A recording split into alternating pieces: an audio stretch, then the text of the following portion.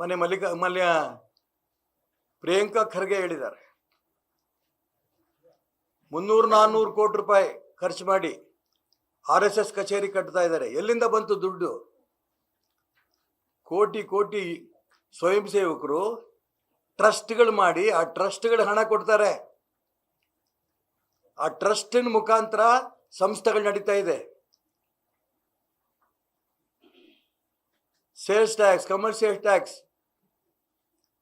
Income tax ಕಲ್ಪನೆಯೇ ಇಲ್ಲ ಪ್ರಿಯಾಂಕಾ ಖರ್ಗೆ ಮಂತ್ರಿಗೆ. 300-400 ಕೋಟಿ ರೂಪಾಯಿ ಇದ್ದಕ್ಕಿದ್ದಂಗೆ ಯಾರು ಎಲ್ಲೆಲ್ಲ ಸುರಿಯೋಕೆ ಬರಲ್ಲ. ಎಲ್ಲ ಕಾನೂನುಬದ್ಧವಾಗಿ ಅಕೌಂಟಲ್ಲೇನೆ ಟ್ರಸ್ಟ್ಗಳು ಮಾಡಿ ಆ ಟ್ರಸ್ಟ್ಗಳಿಗೆ ನಿಜ ಸಾವಿರಾರು ಕೋಟಿ ರೂಪಾಯಿನಷ್ಟು ಸೇವಾ ಚಟುವಟಿಕೆಗಳು ಬಳಸೋದಕ್ಕೆ ಟ್ರಸ್ಟ್ಗಳು ಮಾಡಿಕೊಂಡು ಅದ್ರ ಮುಖಾಂತರ ಕಾರ್ಯಾಲಯಗಳು ಕಟ್ತಾ ಇದ್ದೇವೆ. ಸಾಕಷ್ಟು ಕಡೆ ಆಸ್ಪತ್ರೆಗಳು ಕಟ್ಟಿದೆ,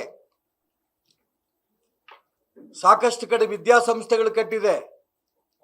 ಭಾರತೀಯ ಸಂಸ್ಕೃತಿ ಆ ವಿದ್ಯಾಸಂಸ್ಥೆಗಳ ಮುಖಾಂತರ ಹರಡಿಸಬೇಕು ಅನ್ನೋಂಥ ಪ್ರಯತ್ನ ನಡೀತಾ ಇದೆ. ಈ ಪ್ರಿಯಾಂಕಾ ಖರ್ಗೆಗೆ ಏನೂ ಕಲ್ಪನೆ ಇಲ್ಲ, ಹರಿಪ್ರಸಾದ್ಗೂ ಏನೂ ಕಲ್ಪನೆ ಇಲ್ಲ.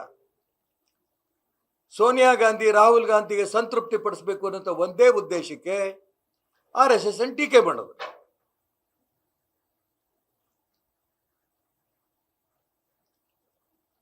ಈ ರೀತಿ RSS ಅನ್ನು ಟೀಕೆ ಮಾಡಿ ಮಾಡಿ ಮಾಡಿ ದೇಶದಲ್ಲಿ ಕಾಂಗ್ರೆಸ್ ಪಕ್ಷ ಅಧಿಕಾರ ಕಳ್ಕೊಂಡಾಯ್ತು. ಯಾಕೆ ಕಾರಣ?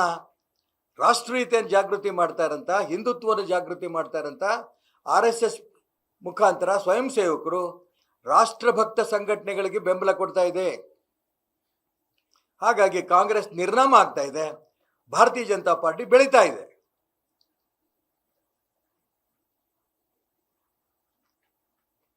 ನಿಮ್ಗೇನು ಬೇಕು ಹೇಳಿ ಅಕೌಂಟು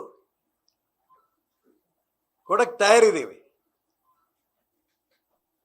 ಇವ್ರ ಮಕ್ಕಳನ್ನ ಮೊಮ್ಮಕ್ಕಳನ್ನ RSS ಕಳಿಸ್ತಾರಾ? ಇವರ ಮಕ್ಕಳನ್ನ ಮೊಮ್ಮಕ್ಕಳನ್ನ ವಿದೇಶಕ್ಕೆ ಕಳಿಸ್ತಾರೆ. ಈ ಮಾತುಗಳೆಲ್ಲ ಹೇಳ್ಯಾರೆ. ಬಹಳ ಸಿಲ್ಲಿ. ನಾವೆಲ್ಲರೂ ಕೂಡ ನನ್ನ ಮಕ್ಕಳು ಮೊಮ್ಮಕ್ಕಳು ನಾವೆಲ್ಲರೂ RSS ನಲ್ಲಿ ಇದ್ದೀವಿ. ನೆನ್ನೆ ರೂಟ್ ಮಾರ್ಚಲ್ಲಿ ನನ್ನ ಮಗ, ನನ್ನ ಮೊಮ್ಮಗ ಎಲ್ಲರೂ ಭಾಗವಹಿಸಿದ್ರು. ಆ ಫೋಟೋಗಳು ಕೂಡ ನಿಮಗೆ ಕಳಿಸಿದೆ.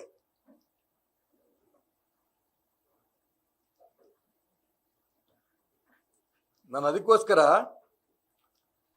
RSSನ ಚಟುವಟಿಕೆಗಳನ್ನು ನಿಲ್ಲಿಸೋ ಪ್ರಯತ್ನ ನಡೆಸಿದ್ರೆ ಕರ್ನಾಟಕ ರಾಜ್ಯದಲ್ಲಿ ಯಾವುದೇ ಶಾಖೆ ಎಲ್ಲೆಲ್ಲಿ ನಡೀತಾ ಇದೆಯೋ, ಅದು ಸರ್ಕಾರಿ ಜಾಗ ಇರ್ಬೋದು, ಖಾಸಗಿ ಜಾಗ ಇರ್ಬೋದು, ನಿಲ್ಲಿಸಂತ ಧೈರ್ಯ ನೀವು ಮಾಡಿದ್ರೆ ನಿಮ್ಮ ಸರ್ಕಾರ ನಿರ್ನಾಮ ಆಗೋಗುತ್ತೆ.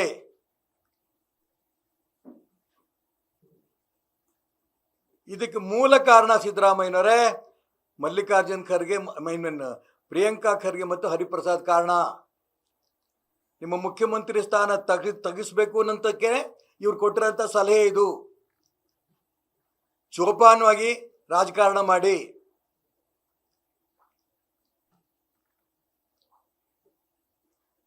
ಮನೆ ಉಪಮುಖ್ಯಮಂತ್ರಿ ಶಿವಕುಮಾರ್ ಅವರು,